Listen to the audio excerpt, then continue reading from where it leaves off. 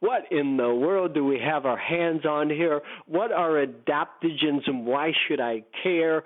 Why is this so important? This stress, rises to epidemic proportions. And here's the thing, I was listening to a talk show the other day. It's not just in 50 and 60 and 70-year-olds or 40 and 50-year-olds. It's young children are experiencing significant stress. This is something that affects every living human being right now. And, of course, we're all about delivering solutions to the world.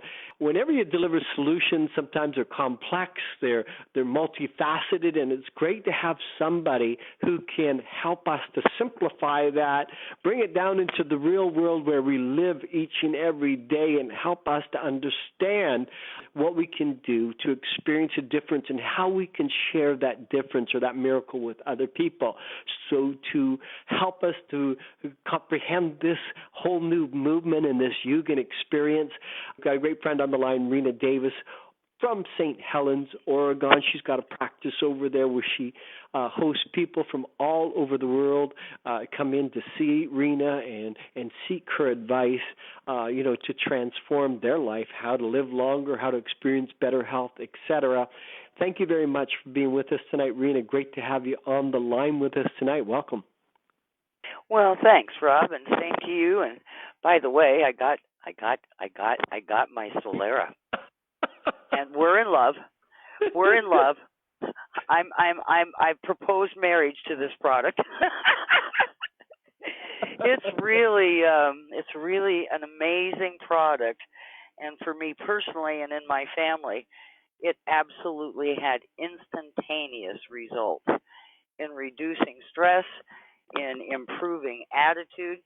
You know, Rob, it was very interesting when I took it for the first time. About 20 minutes later, I just felt my entire body relax. And the first thought that came to my mind was, have I ever been this calm in my whole life? The answer was no, I don't think I ever have been this calm in my whole life.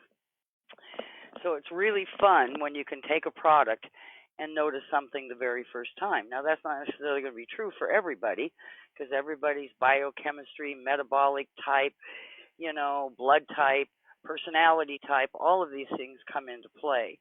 But, because the formula itself, the raw materials that are in this formula, each and every one of them has a unique and distinct action potential in our bodies.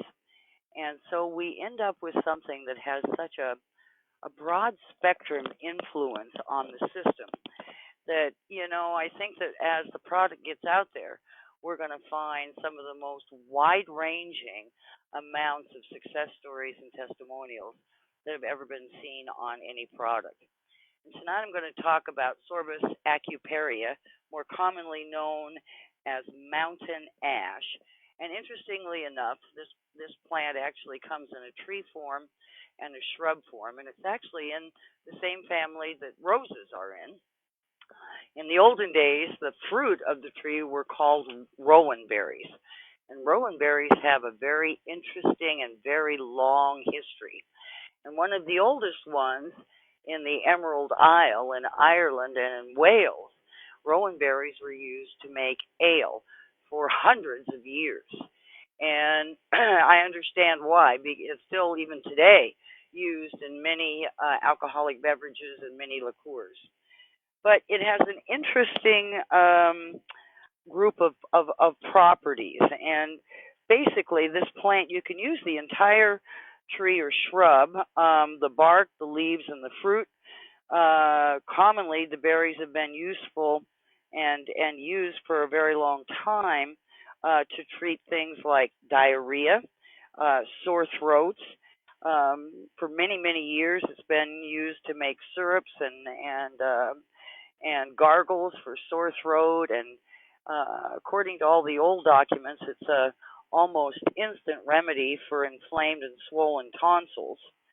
And we have to be a little bit careful. And here again, our wonderful Mark Premer and the other folks that are involved in producing and manufacturing this product are all very aware of the properties and also what has to be done to utilize this product. The berries can actually be toxic, but what is interesting about it is, and the toxic component is para-ascorbic acid, but when we heat it or when it's frozen for prolonged periods of time, that converts to sorbic acid. Sorbic acid is a very powerful antioxidant, and these berries are very rich in that. It's also very rich in vitamin C. In fact, not commonly talked about, but probably one of the most concentrated food sources of vitamin C that's on the entire planet. It's also very, very full of antioxidants, and it's got anthocyanins. It has phenolic compounds. You guys are probably familiar with that for many other herbs. It contains flavonols. You know, flavonoids are a hotbed of research all over the world today for their anti-inflammatory properties, for their immune modulation properties, also for allergies. This particular berry and plant is very rich in something called quercetin.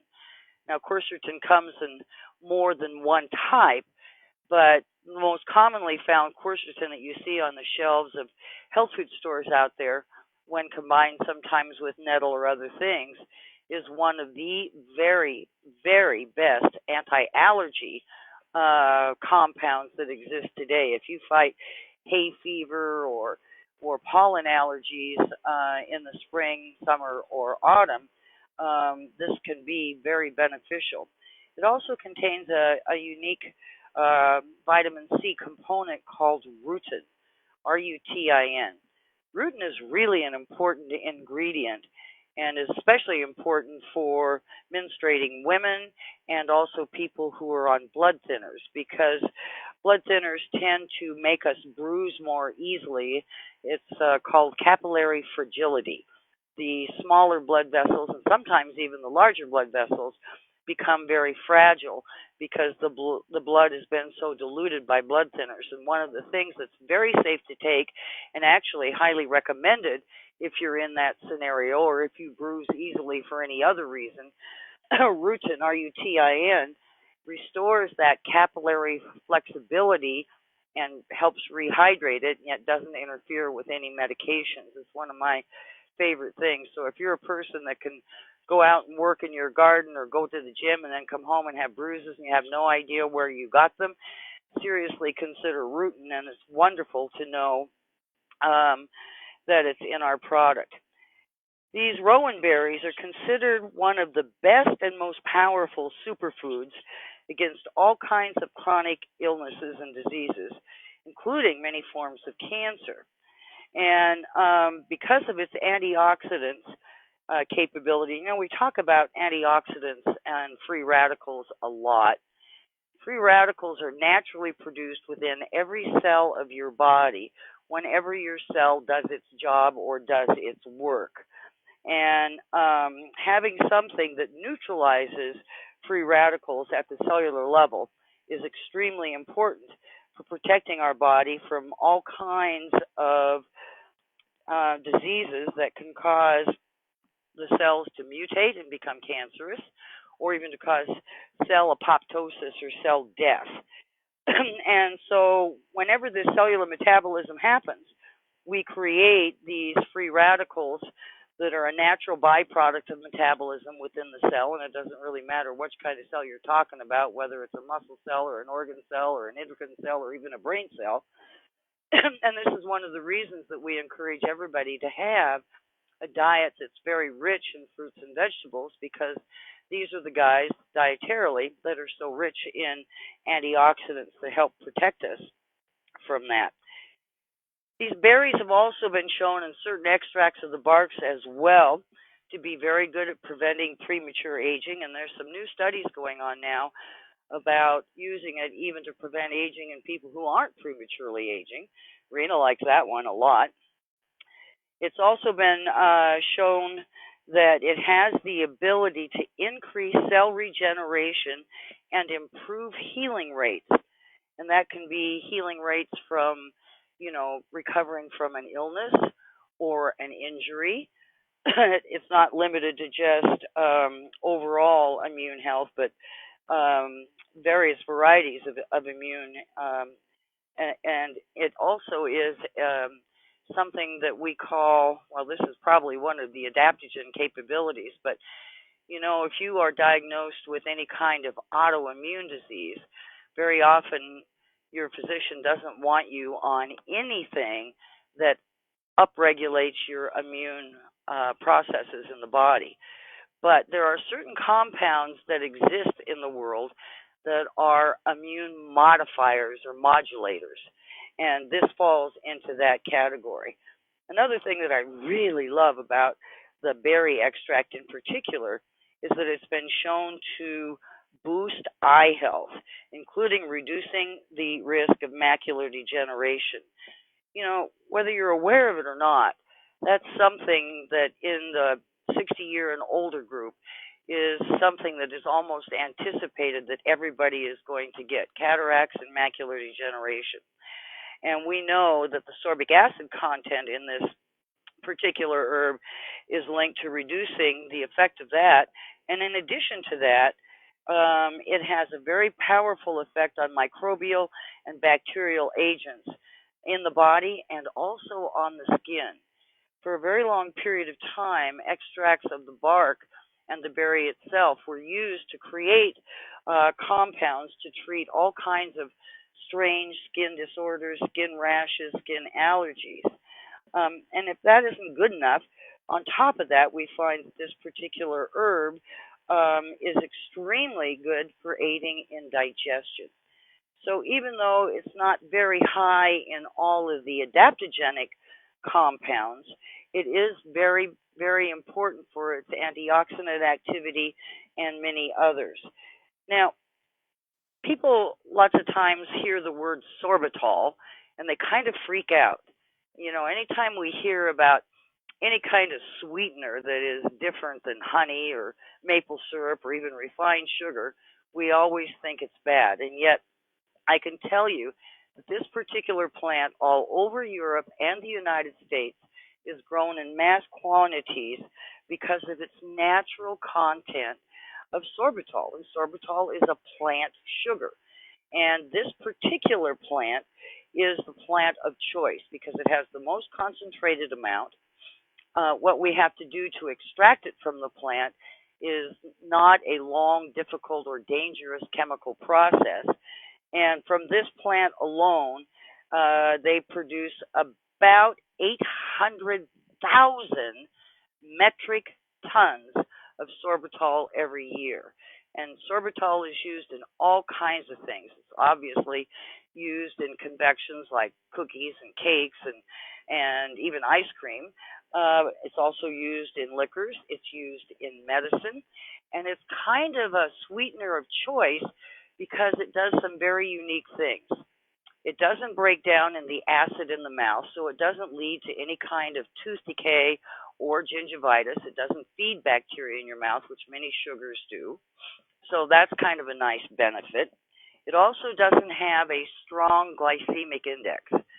So for those of you who might not be familiar with glycemic index, it's a measurement that we have on various carbohydrates and sugars in terms of how much insulin is released in response to eating it.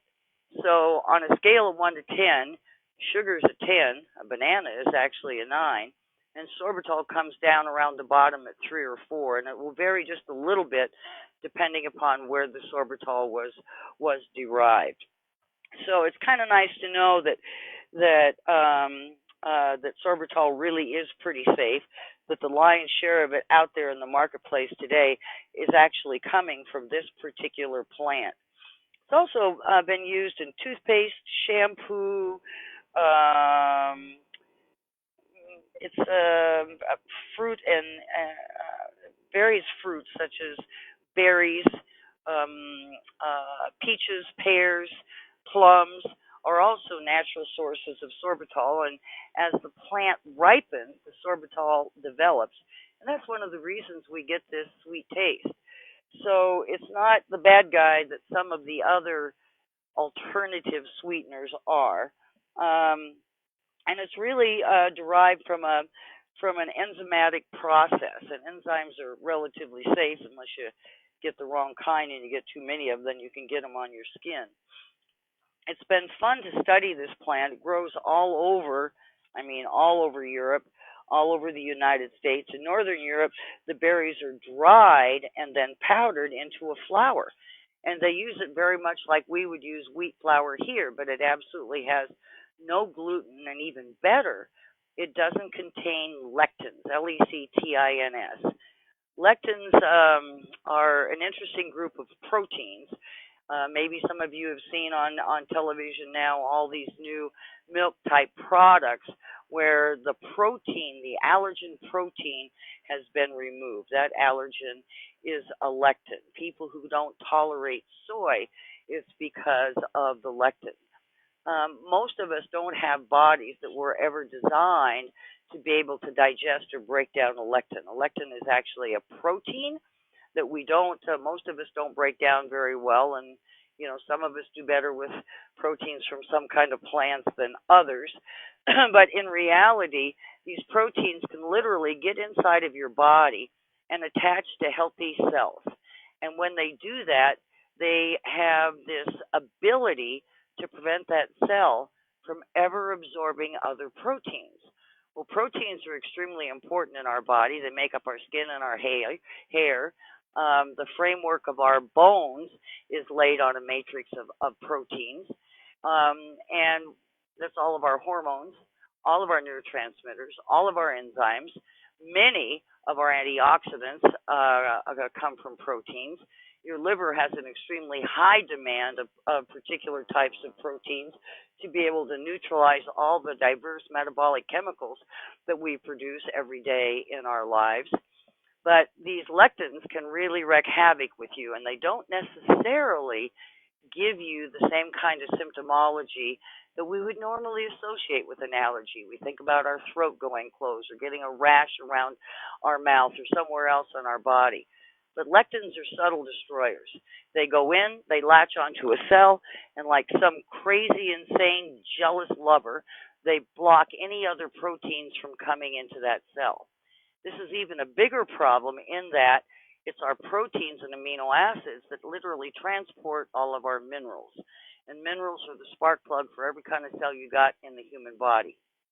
So what's wonderful about, and hopefully it's going to be explored more in the Western sieve market, is getting these berries and drying them at, not super low heat, about 120 degrees, because that takes care of our character that we don't want to get, and then grinding it into a flour and using it as a replacement, partial, whether it's being mixed with other flours that don't have as many lectins, or whether you use it singularly.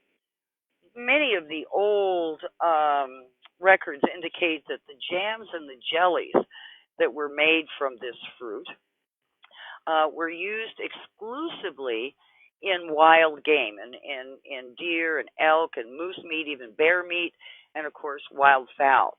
It tends to take away that gamey flavor, and it can be used to cook and prepare, or it can be used as a side dish to be applied on top when you eat it. It's also very interesting to note that for as far back as I could track it, which was about 900 years, that exact berry jam jelly has been used in many applications, even topically, to deal with infected wounds.